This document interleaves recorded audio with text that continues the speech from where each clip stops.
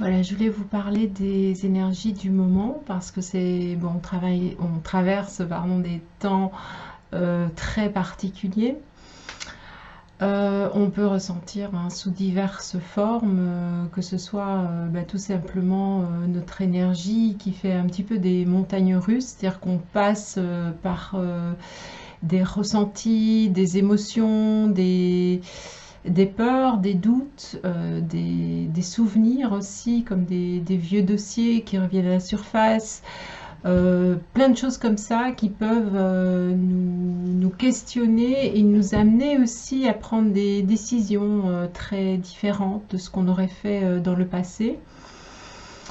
Et puis aussi la scène extérieure qui présente beaucoup de remue-ménage, on va dire, parce que j'ai pas envie d'approfondir, mais dans l'ensemble, c'est toujours un miroir de ce qui se passe à l'intérieur. C'est-à-dire que ça montre la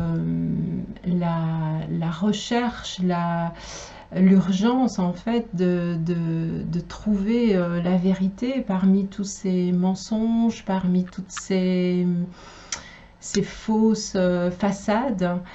Et tout ça nous amène à trouver justement le vrai derrière tous ces murs de dissimulation. Voilà, pour vraiment parler en général, parce que en fait, je voulais parler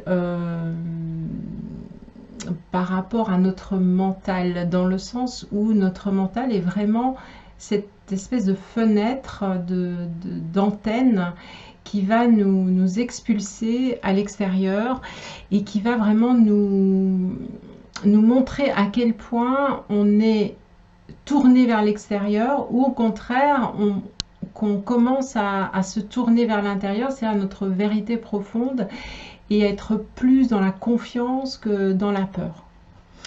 Donc la première chose à savoir, c'est qu'on ne peut pas, on peut pas contrôler notre mental.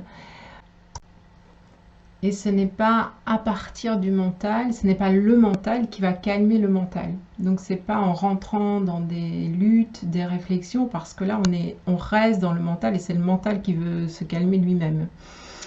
Donc l'important, c'est vraiment d'être dans ce qu'on appelle se désidentifier. On entend ça beaucoup, mais qu'est-ce que c'est vraiment? C'est vraiment cette distance, cette observation et laisser le mental divaguer. C'est-à-dire que c'est le fait même de l'observation qui va transformer l'observateur et ce qui est observé.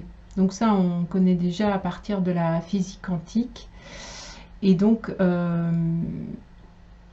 c'est important de voir le regard qu'on va avoir. Est-ce que c'est à partir du mental qu'on va essayer de résoudre le mental, ou est-ce que c'est à partir d'une certaine distance, d'un certain espace, d'une autre source, si pas de la source, qu'on va pouvoir observer ce mental et laisser faire. C'est l'acceptation, ce qu'on appelle l'acceptation.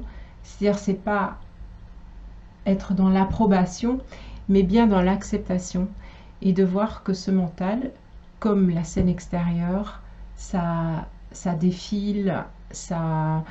Mais est-ce que le langage du cœur, est-ce que cette conscience, est-ce que cet espace va demeurer? Est-ce qu'on va lui donner beaucoup plus de confiance que tout est là? Est-ce que je vais faire plus confiance à mon mental ou à cet espace? Et ça, on l'a vu dans les événements récents, que bien souvent, c'est la peur à laquelle on donne notre crédit et qui nous fait faire des choses qui vont contre notre énergie. Donc, cette distance, cette observation est très très importante. Et vraiment concentrer le mental sur la notion justement de cet espace intérieur, de cette source qu'on est, de cette intelligence infini que l'on est, et non pas la limitation que nous, cet emprisonnement que nous propose le mental. Donc il y a vraiment réaffirmer constamment qui je suis. Et là, à ce moment-là, on va diminuer cette intensité du mental, et encore une fois, on va lui redonner sa place et prendre et donner la place à la vérité, on va dire, de qui on est.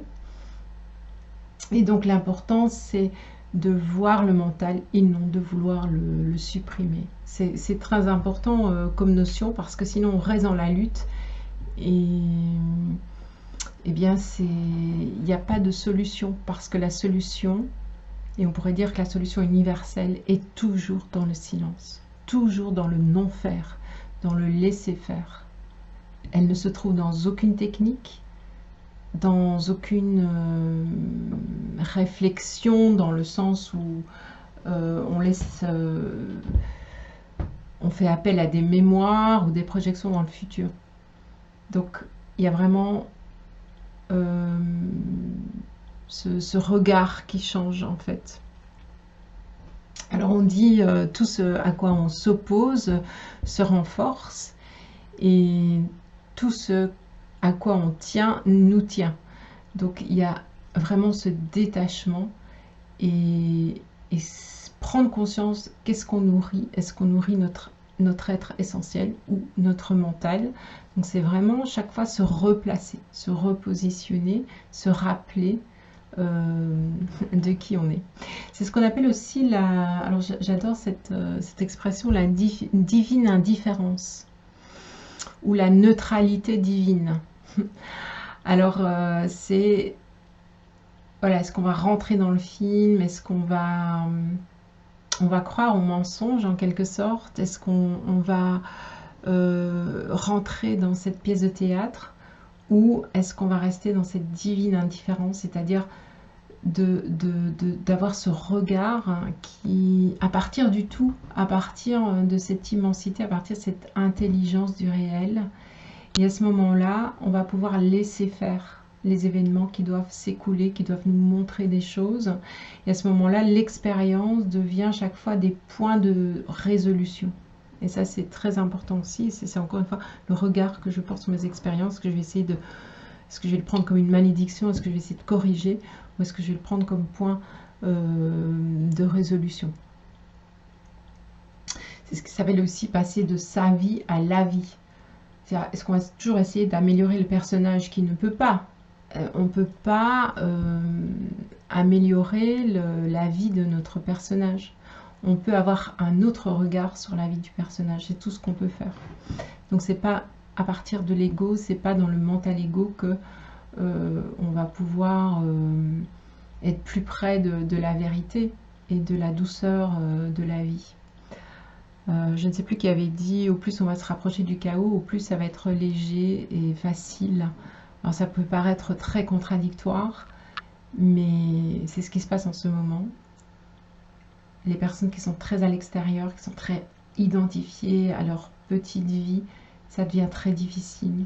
Les personnes qui font justement cette prise de distance, cette prise de conscience, ça devient de plus en plus facile et léger. Et puis il y a des cadeaux, puisque il y a beaucoup de codes de lumière en ce moment, et beaucoup d'ouverture qui se proposent. Et de plus en plus, on va se rendre compte qu'on ne peut pas tricher.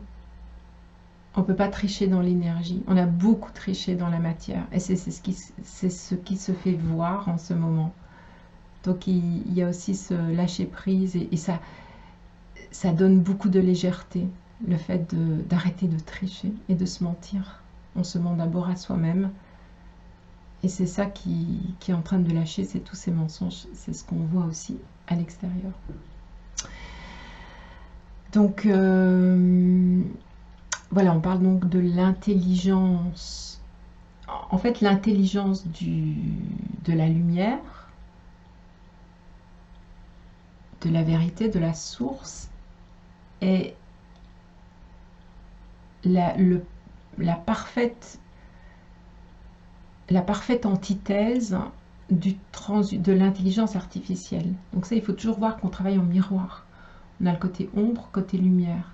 Et pour le moment, le transhumanisme nous est montré pour que justement, on revienne à cette intelligence de la lumière que l'on est, l'intelligence du réel que l'on est. Donc il y a cette espèce de face-à-face entre l'éternité et l'éphémère, on pourrait dire.